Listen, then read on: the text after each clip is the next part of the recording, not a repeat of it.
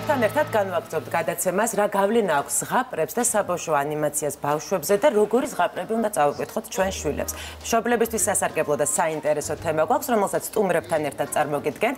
ელენე ჯაფარიძე, ფსიქოლოგი, მარიამ ჯანელიძე, ჟურნალისტი, პაატაშა მოგია მწერალი. მოგესალმებით, დილამშვიდობით, დიდი მადლობა რომ სტუდიაში მოხვედით. თურმე აღმოჩნდა, რომ ეს თემა აქტუალური არ მხოლოდ ჩვენთვის, არამედ ჩორეულ ჰოლივუდშიც კი, ვარსკვლავები დისნეის რამდენიმე მულტფილმის შინაარსს აკრიტიკებენ, რა არ მოსწონთ მსახიობებს კლასიკად ქცეულ ანიმაციაში. ამას უკვე ჩვენი სიუჟეტიდან შევიტყობთ და შემდეგ დავიწყოთ საუბარი.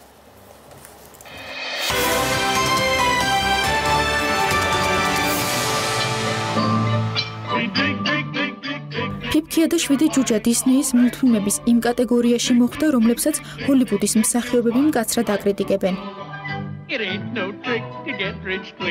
ამერიკელი მსახიობის კრისტენ ბელის თქმით, ფიფქია ბავშვებს ცუდ მაგალითს აძლევს, რადგან მძინარე ადამიანის კოცნა მისი ნებართვის გარეშე კანონდარღვევაა. მსახიობის აზრით უცნაურია, რატომ არ ეკითხება ფიფქია ბებერ ჯადოქარს, რისთვის სჭირდება მას ვაშლის ჭამა, ან საერთოდ რატომ უნდა გამოართვა უცხო ადამიანს საჭმელი. კრისტენ ბელის ეს განცხადება უცხოური მედიის ცენტრში მალევე მოექცა, თუმცა ამას წინ უძღოდა კირა ნაითლის სტუმრობა ელენ დეჯენერესის შოუში, საიდანაც გავიგეთ, რომ ბელისაგან განსხვავებით მსახიობის შვილებს კონკიასა და პატარა ქალთევზას ყურებას უკრძალავს. What more are you looking for under the sea? Under the sea. კირა ნაითლის არგუმენტები განსხვავებულია. კონკიასა და პატარა ქალთევზას მაგალითზე იგი ფიქრობს, რომ დაუშვებელია ხსნას მხოლოდ მდიდარი მამაკაცისგან ელოდე და უფრო მეტად მიუღებელია დათმოს საკუთარი ხმა კაცის გამო.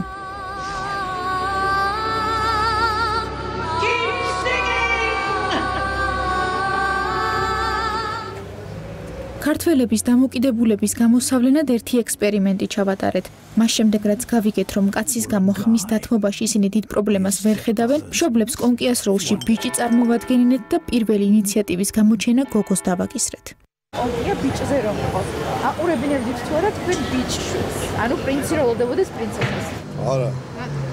რატო და იმიტომ ქართველები ვარ და როგორც წესი ესე უნდა იყოს ბიჭს უნდა მეტი უნდა შეეძლოს ვიდრე გოგოს. გოგოს ვაყურებინებდი რა თქმა უნდა, იმიტომ რომ მომწონს ახლა კონკია თვითონ როგორც ზღაპარი, მაგრამ ბიჭს ნამდვილად არ ვაყურებინებდი, რომ პირიქით იყოს, ანუ ზოგადად ლოგიკური არ არის, რომ ბიჭი ელოდებოდეს გოგოს, გოგო უნდა დაელოდოს ბიჭს.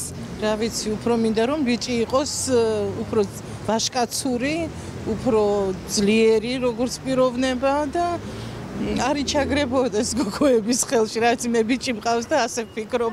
კონკია ხო არის გოგო კლასიკურ ვარიანტში. ბიჭი ეძებს გოგოს.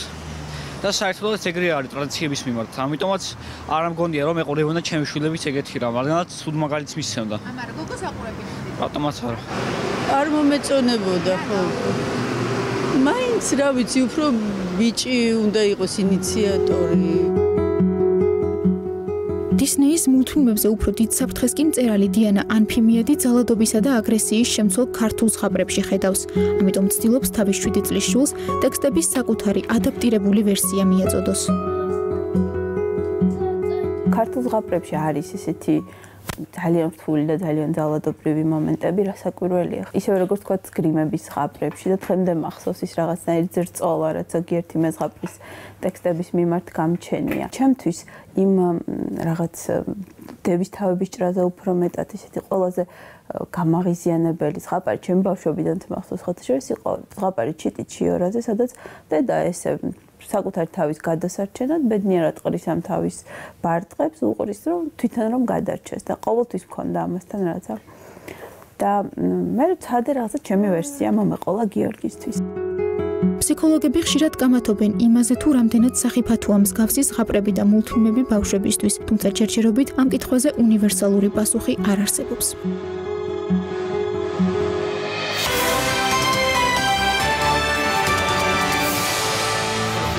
სიუჟეტს რომ ვუყურებდით ჩვენ სტუდიაში საუბრობთ ვიხალისებდით ცოტა ვიხალისებთ განსხვავებული აზრიც გვაქვს ბუნებრივია და ეს არის ალბათ ყველაზე საინტერესო უსაფუძვლო კრიტიკა ვთქვათ სიუჟეტს რომ გამოვეხმაუროთ და შემდეგ უკვე ქართულ რეალობას მოვარგოთ ჩვენი თემა ელენე როგორ ფიქრობ უსაფუძვლო კრიტიკაა როდესაც ჰოლივუდის ვარსკვლავები ამბობენ რომ მე ფიფქიას არ ვაჩვენებ ბავშვს არა უსაფუძვლო კრიტიკა ნამდვილად არ არის გამარჯობა პირველ რიგში დილამშვიდობისა ნებისმიერ ამბავს რომელსაც ჩვენ ბავშვს ვაწოდებთ იქნება ეს ზღაპრის სახით მულტიპლიკაციის სახით თუ რაღაცა სხვა სახით აქვს ძალიან დიდი გავლენა ბავშვზე გავლენა აქვს ორშრიანი მოდი ესე ვთქვათ აქვს პირდაპირი რასაც ჩვენ ხედავთ ხილული როცა ის იღებს ამბავს პირდაპირ და მეორე უხილავი ანუ ქვეცნობიერი როდესაც ეს ამბავი მასზე აბსოლუტურად არაცნობიერ დონეზე ახდენს გავლენას და მიყავს რაღაცა ტრაექტორია ეს გავლენა შეიძლება იყოს ცუდი და კარგი რა თქმა უნდა ეს გავლენა შეიძლება იყოს ნეგატიური და პოზიტიური გააჩნია ბავშვი ამას როგორ მიიღებს ანუ თუ ჩვენ ბავშვს მივაწოდებთ რაღაცა სტერეოტიპის სახით პირდაპირ მივცემთ ჩასაყლაპად ბავშვი გაანაგრძობს ეს სტერეოტიპი არსებობას და ის ამიტომაც იფიქრებს ისე რომ რატომ უნდა გადადგას მაგალითად ქალმა პირველი ნაბიჯი ეს კაცის როლია ეს ქალის როლია და ასე შემდეგ. ანუ ესეთი მკაცრი გენდერული სეგრეგაცია, რომელსაც გვაჩვენებს დისნეის აი იმ დროინდელი ზღაპრები, სადაც ძალიან არის გამოხატული ფემინურობა და მასკულინობა, ან უნდა აუხსნათ ბავშვს, რომ ეს ესე იყო, შემდეგ რაღაცები განვითარდა, ეს ესე არ არის, დავუღეჭოთ, ვესაუბროთ. ან უბრალოდ არ ვაჩვენოთ. თუმცა მე არ ვემხრობი იმას, რომ რაღაცა არ ვაჩვენოთ. ზუსტად იმისთვის არის რაღაცეები, აი, კარგი წიგნიც და ცუდი წიგნიც, ხო? იმისთვის, რომ ბავშვი მიხვდეს რა არის სწორი, რა არ არის სწორი და ამაში ჩვენ უნდა დავეხმაროთ. მე მაგალითად გამეხარდა ძალიან, როდესაც აღმოვაჩინა, რომ ჩემს პირველ შვილს საერთოდ არ მოწონდა ფიფქია. ანუ თავისი რაღაცა პროტესტები ქონდა. არა, ჩემგან დამოუკიდებლად არა სხვათა შორის. ზუსტად იქიდან გამომდინარე რა ნარატივით მიმდინარეობდა ფიფქიას გაანალიზების დროს საუბრები, შეკითხვები, რომელსაც მე მას უშვავდი, რაღაცა მომენტში გამომიცხადა, რომ იცი რაო, მე არ მევასება უჭკუო ქალები. პატარა იყო. გოგონების უსტები დაუცველები, რომლებიც პრინცელოდებიან ხსნელად. ანუ მისთვის ეს იყო უჭკუო რა, იმიტომ რომ ანუ აი ეს იმიჯი არ მოეწონა ისი, რომ შეიძლება ვიღაცას რაღაცა არ კითხო, ვიღაცას სადღაც გაიქცეს, მაგრამ ეს არის ისევ და ისევ ვიცახე ზედაპირული დონე. ამ ყველაფერს აქვს ძალიან დიდი მისტიური შინაარსი, რომელიც ჩვენში იდება. იმიტომ რომ სხვანაირად რო კითხოთ, აი მარტივ კითხვას დაგისხოთ ყველას. ხო არ ვიღაცა გმირის ზღაპრის, რომელსაც დღესაც შეგიძლიათ შეადაროთ თქვენი თავი. აი ამ კონკრეტულ მომენტში აუცილებლად გაგახსენდებათ რომელიმე ზღაპრის ელემენტი, ან გმირი, რომელიც დღეს თქვენ ხართ. აბა, არ ვიცი. რომელ გმირთან არის? თქვენ შეგიძლიათ არ თქვათ, არა იგივე. აი დღეს ამ წამს რომელთან გაგმსგავსება. აი გეტყვით რა. სული კითხვაა? შეიძლება რაღაცა ცხოვრების მომენტში მე თქვა რომ მე ვარ წითელ ქუდა, რომელიც არის ტყეში. და ტყე არის ერთ-ერთი ყველაზე მისტიური ელემენტი, რომელიც ჩვენში ბავშვობაში ჯდება, რატომ ეს უღრანი ტყე. რა არის ეს ყველაფერი? საერთოდ როგორ იწყება ზღაპარი? ხო, ზღაპარი არის ისტორია, რომელსაც აქვს თავისი დრამატურგიული ხაზი, იწყება, ვითარდება, მთავრდება და მთელი არსი არის რა, რომ სადღაც ბოლოში უნდა გავიდე. მაგრამ ფსიქოლოგიურად და ფსიქოთერაპიის ღირებულებით ზღაპარს აქვს პროცესში ყველაზე დიდი მნიშვნელობა. რას ვაკეთებ მე რომ ბოლომდე მივიდე. აი ეს რას ვაკეთებ, ეს სქემა ბავშვობაში მე აი ესე მიჯდება და ეხლა რა ხდება, რომ მე თუ ვარ წითელ ქუდა და დღეს ვაიგივებ ჩემთვის წითელ ქუდასთან, მე უღრან ტყეში წითელ ქუდა ვარ, მე ის წითელ ქუდა ვარ, რომელიც ბებიას კართან დგას და უნდა დავაკაკუნო, მე ის წითელ ქუდა ვარ, რომელიც უკვე გადამარჩინოს თუ იქნებ საერთოდ ის წითელ ქუდა ვარ, რომელიც საერთოდ სახლიდან ჯერ არ გასულა. ის წითელი ქუდი არ დაუხურავს და არ იცის რა ხდება იმ უღრან ტყეში, არ შეხვედრია მგელი და ასე შემდეგ. ეს არის ერთი მომენტი ჩემი ცხოვრების ტრაექტორიის. სად ვდგავარ დღეს მე და როცა ვიწყებ მე ამის გაანალიზებას, მართლა ამ ზღაპრის გმირიდან გამომდინარე, იმდენი საინტერესო რაღაც შეიძლება გავიგო ჩემ თავზე, რომ ბევრად მეტ რაღაცას ვუპასუხო. ელენე, იცი რა მეტყვი, მე ვიყავი ერთი სტერეოტიპის მსხვერპლი. ყველა დედინაცვალი მეგონა ბოროტი, მართლა და მეშინა და ჩემი მეგობრების დედინაცვლების და ძალიან ბევრი წლის მერე გამთავისუფლდი ამისგან, როგორ არ ვიცი, მაგრამ იქნებ ხო, რომელიც თუნდაც ბავშვობიდან ზღაპრიდან მოდის და შემდგარდება. ყველა ზღაპარში არის ბოროტი დედინაცვალი და მართლა ესე ვუყურებდი ხოლმე მათასთან რა ვიცი. იცი რა, ჩვენ საუბრობდით და ელენე საუბრობდა რომ ფაქტია ზღაპარს აქვს გავლენა ბავშვზე, რომელიც შეიძლება იმ წამს გამოიხატოს ან რაღაცა გრძელვადიან პერსპექტივაში შემდეგ გამოვლინდეს, მაგრამ ბავშვის განვითარებისთვის ზღაპარს რა მნიშვნელობა აქვს? ანუ რა უნდა ისწავლოს ბავშვმა ზღაპრიდან? ატა, შენთან იქნება ალბათ ეს შეკითხვა. კაი, გამარჯობა თქვენ. გამარჯობა დილამშვიდობის.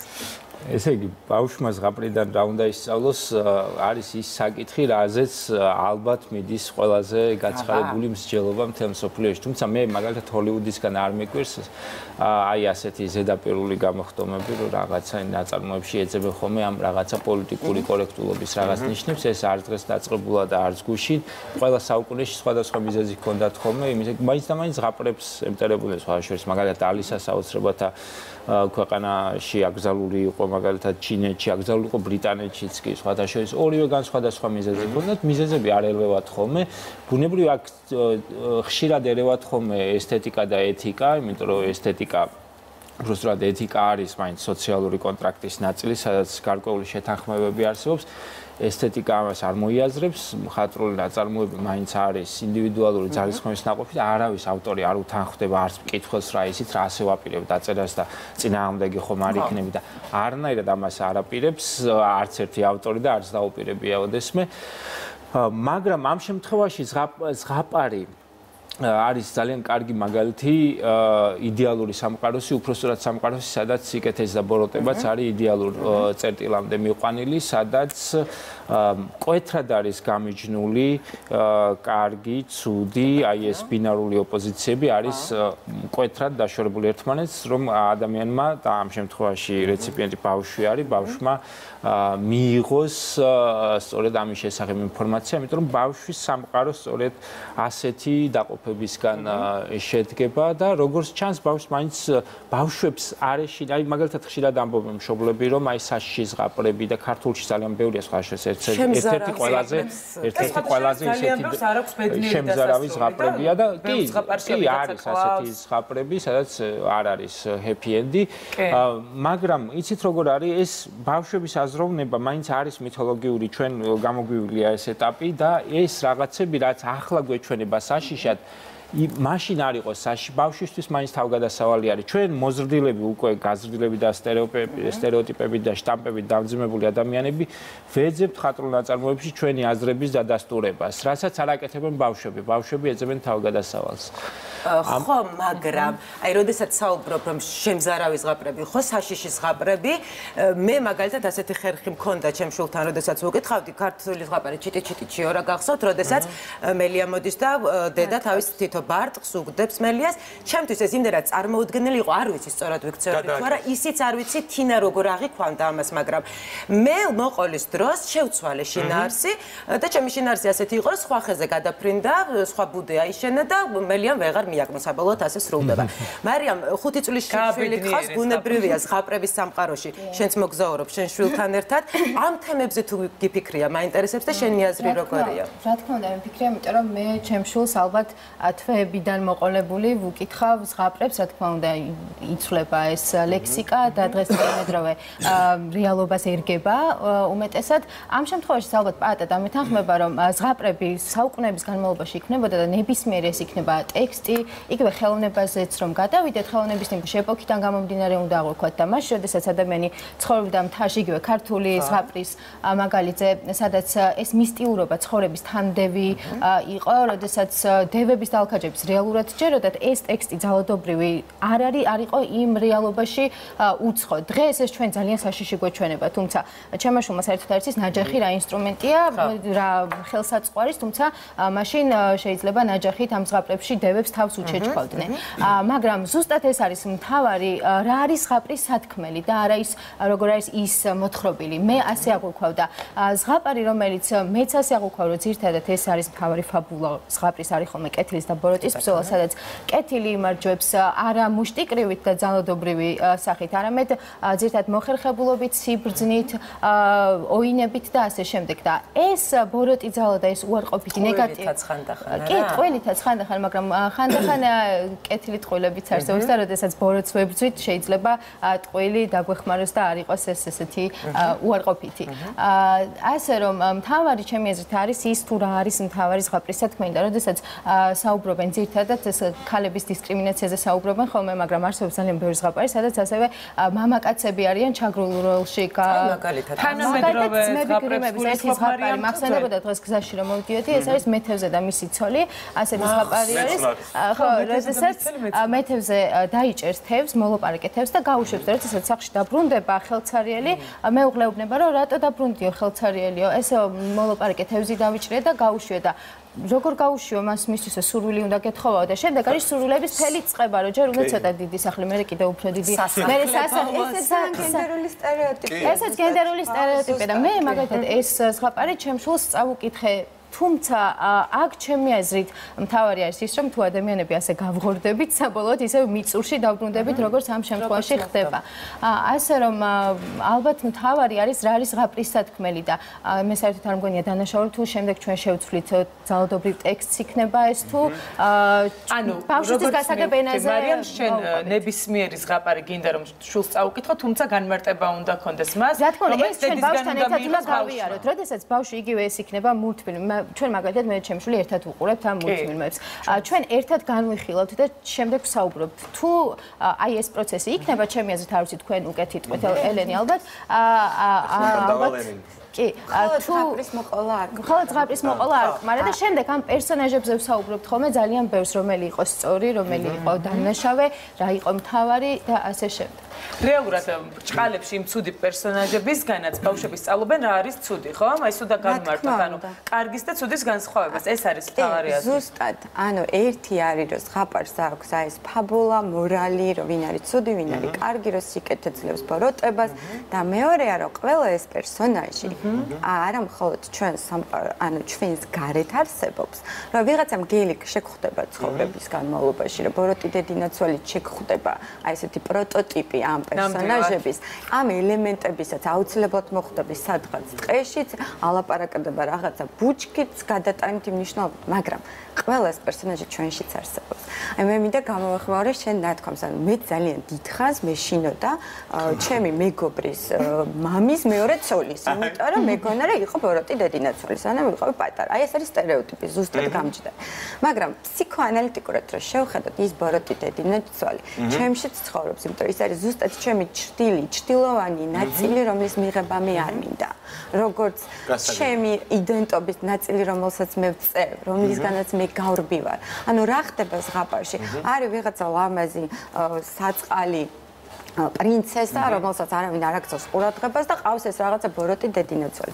ჩვენ ეს შეგვიძლია ბევრნაირად გავიგოთ, რომ ბოროტი დედინაცვალი იყოს დედის მეორე მხარე, რომელსაც ჩვენ გავურბივართ და განსაკუთრებით მოზარდობის პერიოდში, როცა ვეჯახებით, რომ დედა არ არის მხოლოდ ის, რომელიც არის უსაყვარლესი, არამედ დედა არის ვიღაცა, რომელიც ჩვენგან რაღაცას მოითხოვს, რომელიც მოითხოვს, რომელთანაც კონკურენცია მაქვს, ანუ ყველაზე დიდი კონკურენცია, რომ მე დავამტკიცო, რომ მე რაღაცას წარმოვადგენ და ერთ-ერთი საშუალება, თუ მე ამას ვერ ვამტკიცებ, რა არის, მე გავიქცე. ანუ მე გამოვდივარ ჩემი მიკროსოციუმიდან, ჩემი სახლიდან და გავდივარ გარეთ, ხო? დიდ მაკროსოციუმში. ზღაპარშიც რა ხდება? ცხოვრობდა პატარა ქოხში, გამოვიდა გარეთ და გამოვიდა გარეთ გაიარა ტყე. ანუ მე ვიწყებ განვითარებას, მე ვიწყებ გაზრდას. და ეს დედინაცვლის სახე, როგორც ჩემში არსებობს, ჩემს ურთიერთქმედებაში, ჩემ შვილებთან და მე ეს დამიჭერია თერაპიაში მუშაობის დროს, რომ მე ვარ, კი, ამის მიღება მიჭირს. მაგრამ დედა ჩემიც არის, კი, იყო და ამის მიღება რომ მიჭირდა, მაგიტომ იყო პროტესტი. და ნებისმიერი ესეთი ელემენტი, რომელიც ჩვენ ჭრილს აი ამ არქეტიპს წარმოადგენს, რომელიც ჩვენ რო გავუსწორებთ თვალს, ხო? აი ხა მე ისევ რო გკითხოთ, რომ რომელი გმირია, ან რომელი ელემენტია, რომელიც შენ ყველაზე მეტად არ გინდა რომ მიიღო და რომელთანაც შეხვედრას არ მოინდომებდი იმ ზღაპრებიდან. შენ აუცილებლად რაღაცას იპოვი ძალიან ახლოს შენთან, რა. და საინტერესო არის ის, რომ რა ზღაპრებს უყვებით ჩვენ შვილებს. მე მაგალითად მგონია, მე მაგალითად რატომ ვუკითხავ ჩემ შულს ზღაპრებს პირველ რიგში? მე მგონია, რომ ეს არის ცხოვრების მოდელი ერთგვარად ზღაპარი და ბავშვები მე მგონია რომ არ უნდა გავზარდოთ ვარდისფერი სათვალით, რომლებიც შემდეგ აღმოაჩენენ რომ უი ბოროტიც არსებობს და ზუსტად ანუ ერთიც დავსვლებ, როდესაც მე ასე აღვიქვა, როდესაც ჩემი შვილი იქ ხვდება მუდმივად ეს იქნება ბოროტი ძალა უარყოფითი, იგივე სიკვდილი შეიძლება ბავშვი ადრეულ ასაკშივე შეხვდეს ამ ტრაგიკულ მოვლენას და ეს როდესაც არის უცხო უფრო მეტად მისთვის მძიმე არის. როდესაც ამას ერთგვარ ზღაპრებში ხდება, იქნება ეს ბოროტი პერსონაჟი უარყოფითი რაღაცა სიტუაციაში უარყოფითი საქციელი პერსონაჟების მხრიდან, ის უკვე მიჩვეულია რომ რეალურად ცხოვრებაში არსებობს ასეთი რაღაცები და მხოლოდ ანუ ცხოვრებასთან აიგივებს ზღაპარს გამოცდილება მაქვს, რომელიც რეალურად არ ქონია, მაგრამ ზღაპარმა მისცა ეს წარმოსახვეთი გამოცდილება. კეთილის და ბოროტის ბრძოლა არის ჩემი ზღაპარი და დავარცხმენის ზღაპარი უკვე რაღაც სხვა არის, ხო? მაგრამ ეს სიკვდილი ძალიან საინტერესო რაღაცა არის ასევე ზღაპრებში, რომ არის ერთი პირდაპირ სიკვდილი და მეორე არის მიძინება. აი თქვათ მძინარე მზეთ უნახავი, ხო და აი ეს მიძინება რომ განვიხილოთ ასევე რა არის? ძალიან ხშირად დეპრესია არის. ანუ როცა შენ ხარ სულ სტაგნაციაში, შენ არ ხარ მკვდარი, მაგრამ არ ცოცხალი არ ხარ. ეს სიკვდილი მე ინტერესებს ძალიან ბევრი მშობელი, როდესაც სიკვდილის სცენარის ამას უბრალოდ არ უკითხავს. ანუ რომელიმე პერსონაჟი მოკვდა არა. ანუ ამას ის რომ მაგალითად ანიმაციურ ფილმებში ვიღაცა მოკვდება და შემდეგ შეიძლება რომ ის გაცოცხლდეს, ესეც სტერეოტიპს ქმნის ბავშვებში რომ თუ ვინმე რეალურად კვდება, ხო, გონიათ რომ შეიძლება რომ გაცოცხლდეს. ამ სტერეოტიპების მსხრევა, აი ამაზე მინდა კიდე რომ ჩაგეკითხო, ანუ ნათელი მაგალითი არის, ხო, უკვე ახალი ანიმაციები არის Brave და Frozen, ანუ მამაცი და გაყინული, სადაც გოგონებით თვითონ არიან პრინცესები, თავადი ბრძვიან და თქვა არ ელოდებიან პრინცს და არ არის მათი მთავარი მიზანი გათხოვება და ქართული ზღაპარიც არის ესეთი იამნანა ლილისთვის, ალექსანდრე ლორდ-კიფანიძე არის მისი ავტორი, სადაც გენდერული ბალანსი არის სრულად დაცული. ოჯახში მამაკაცის და ქალის თანაბრად მონაწილეობს საოჯახო საქმეებში, არის სრული ჰარმონია, ასე შემდეგ და ასე შემდეგ. ანუ აი ამით უნდა ვებრძოლოთ ამ სტერეოტიპებს, არჩევანი უნდა გქონდეს ჩვენი ბავშვებისთვის, რომ წავუკითხოთ ასეთი ზღაპარიც და ისეთი ზღაპარიც. თუ ხო? სტერეოტიპებს უნდა ვებრძოლოთ, იმით რომ სტერეოტიპი არ გამყარდეს და სტერეოტიპი არ გამყარდება. ამ ინფორმაციას ჩვენ მივცემთ საშუალებას, რომ დაიღეჭოს, ასიმილირდეს. სტერეოტიპი არის არა ასიმილირებული ცოდნა, როცა ის პირდაპირ ვარდება შენში და ასე დარიცი, რატომ? მაგრამ ამას ემორჩილები. ანალიზი არ ხდება. და Brave-ში ხო, აი Brave უყვართ ჩემს შვილებს ძალიან უყვართ, იმიტომ რომ მოწონთ ის რომ Brave დამოუკიდებელია. Brave ჯერა თავისი Frozen-ის სიმღერა მესმის. კი, სულ. ხო, თავისი რწმენა აქვს. ანუ ესეც ეპოქალურია. ანუ გასაგებია რატომ იყო იმ ეპოქაში რა ქვია მას ფიფქია, მაგალითად ესეთი ფემინური რაღაცნაირი და რატომ არის დღეს Brave? ესეც ეპოქამ მოიტანა ზუსტად და ამიტომაც არის რომ საჭირო არის ისიც იცოდეს, ესეც იცოდეს, მაგრამ ჩვენ ჩართულობა არის ძალიან მნიშვნელოვანი. პატა, არ უნდა დავარცხნოთ, ხო?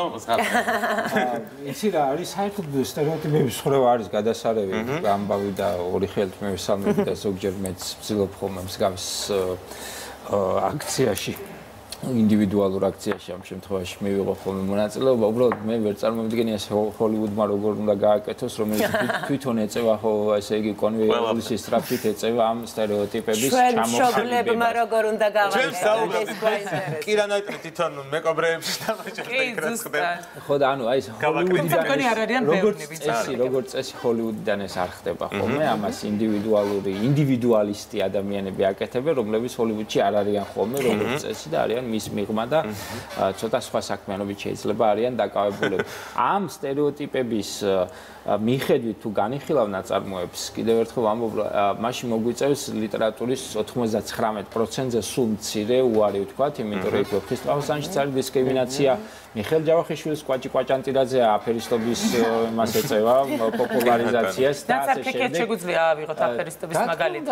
ნაცარქე, აი მე ვის ძალიან გონიერი. სალომე მკითხა ვინ ხარ შენ რომელი პერსონაჟი და ალბათ ნაცარქეკია ვარ მე, იმიტომ ძალიან მომწონს ეს, იმიტომ რომ იქ ნაცარი იმიტომ რომ ეს ყველაფერი ხო იქ ზღაპარში ყველაფერი სიმბოლურია და შეიძლება სხვანაირად განიხილო და ის ნაცრის ქექვა რაღაცა. აი შენ როგორ აღიქვა? ეს არის შემოქმედებითი მოცალეობა, ეს აი ის რა ყველაზე ფილოსოფიური საქმიანობა, შემოქმედებითი უსაქმურობა.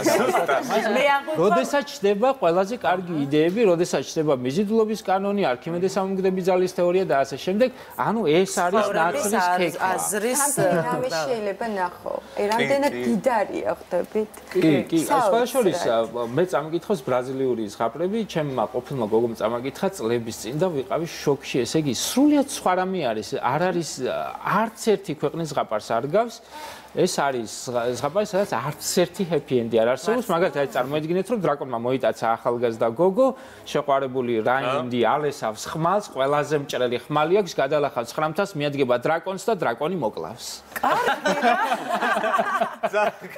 რა. როგორი სისასტიკეა.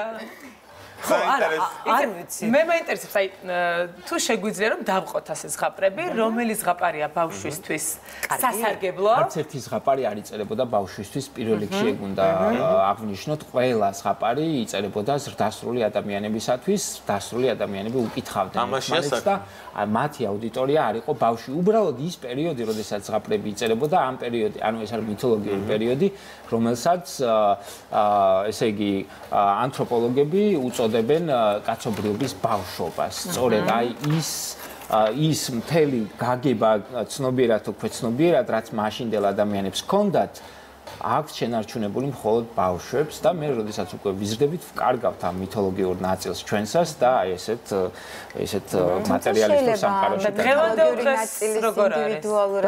გამოცოცხლება შეიძლება ამის შემდგომ. რამდენიმე წლის წინ ამ თემაზე ზუსტად სიუჟეტი მოვამზადე და ელენემაც მინდა ეს ფაქტი დამიდასტურა. ჩვენ როდესაც ძალიან საშიშად აღვიქვავთ რაღაც სიუჟეტს, ბავშვები ასე საშიშად ვერ აღვიქვამენ და ერთ-ერთი ფსიქოლოგი იყო ჩემი რესპონდენტი, რომელმაც ასეთი განმარტება მისცა. ამ ფაქტს, რომ ბავშვებს, როდესაც ვუკითხავთ ჩვენ მშობლები, ბებია, ბაბუა, მამა, დედა, არ აქვს მნიშვნელობა, ის უფროსთან გრძნობს დაცულად. თავს გარდა იმისა, რომ მისი აზროვნება არის უფრო მეტად მითოლოგიური ვიდრე ჩვენი.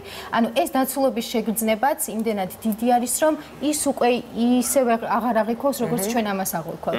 და ეს ცხოვრებისეულ გამოცდილებად იღებს. და ასევე მინდა რომ ამ მულტფილმებს გამოვეხმო, რომ მე მგონია, რომ ჰოლივუდის ვარსკვლავებმა ვერ გაიაზრეს სწორედ ეს მულტფილმები. ისეთი დეტალები იყო მოცემული, მაგალითად, ფიფქია, როდესაც ამბორო დედინაცვას ვაშს ართმევს, მე ამ ფაქტს ყოველთვის ესე აღვიქვავდი ხოლმე, რომ როდესაც უცხოს რაღაცას ართმევ, ის შეიძლება იყოს მომწამლელი, ანუ და არა ისე, როგორც ისინი ეხმაურებიან, რომ თითქოს ასე ბავშვი სწავლობს უცხოსგან რაღაცის აღებას და არეალზეც მინდა თქვა, იმიტომ რომ ძალიან მიყვარს ეს გამომდინარეა, იმიტომ რომ ძალიან ბევრი საფრთხეა უცხოსთან დაკავშირებით, რის გამოც ესენი ამას ესე უყურებენ, ხო? არეალზე გინდა და რაღაცის თქვა და ნელ-ნელა უნდა კი, ეს ვიტყვი, მხოლოდ არიანი ჩემი ერთ-ერთი საყვარელი მულტფილმი, ამიტომ მინდა რომ გამოვეხმაურო, როდესაც ისინი აკრიტიკებენ და აპროტესტებენ იმას, რომ არიელმა ხმა დათმო მამაკაცის გამო, თუ ამ მულტფილმს ჩვენ კარგად კიდევ ერთხელ უყურებთ, ჩვენ დავინახავთ ასეთ ფაქტს, რომ მას ქონდა ძალიან დიდი ინტერესი და ერთ-ერთი საუნდტრეკი არის, რომლის ტექსტში ის ამბობს, რომ მე ძალიან მაინტერესებს, როგორია ფეხების შეგრძნება,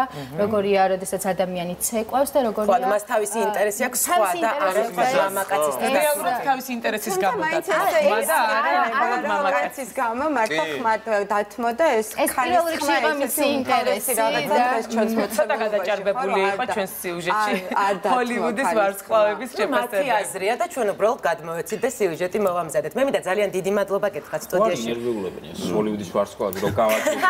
გადაბუთებით და გავაკეთე. იცი რა აზრის თავისუფლება საბედნიეროდ გვაქვს და ჩვენი აზრი შეგვიძლია თამამად გამოთქვა. დიდი მადლობა სტუდიაში მობრძანებისთვის ასეთი საინტერესო საუბრისთვის. რეზუმის სახით ალბათ თავარია რომ ბავშვთან ერთად წავიკითხოთ ჩვენ ზღაპარი. დამცველი ვიყოთ ერთგვარი და ბავშვი იყოს მშვიდად და ალბათ და კონდეს ზღაპრები რომ არ ჩავარდეთ დეპრესიაში და ბიჭი კონკია საინტერესო წასაკითხი იქნება. ეხლა მე მოვიფიქრებ რეკლამის დრო ჩვენს ეთერში და რეკლამის დროს მოვიფიქრებ მე რომელი ზღაპრის გმირი ვარ და მე ვაწყო მაყურებელს. დიდი მადლობა კიდევ ერთხელ.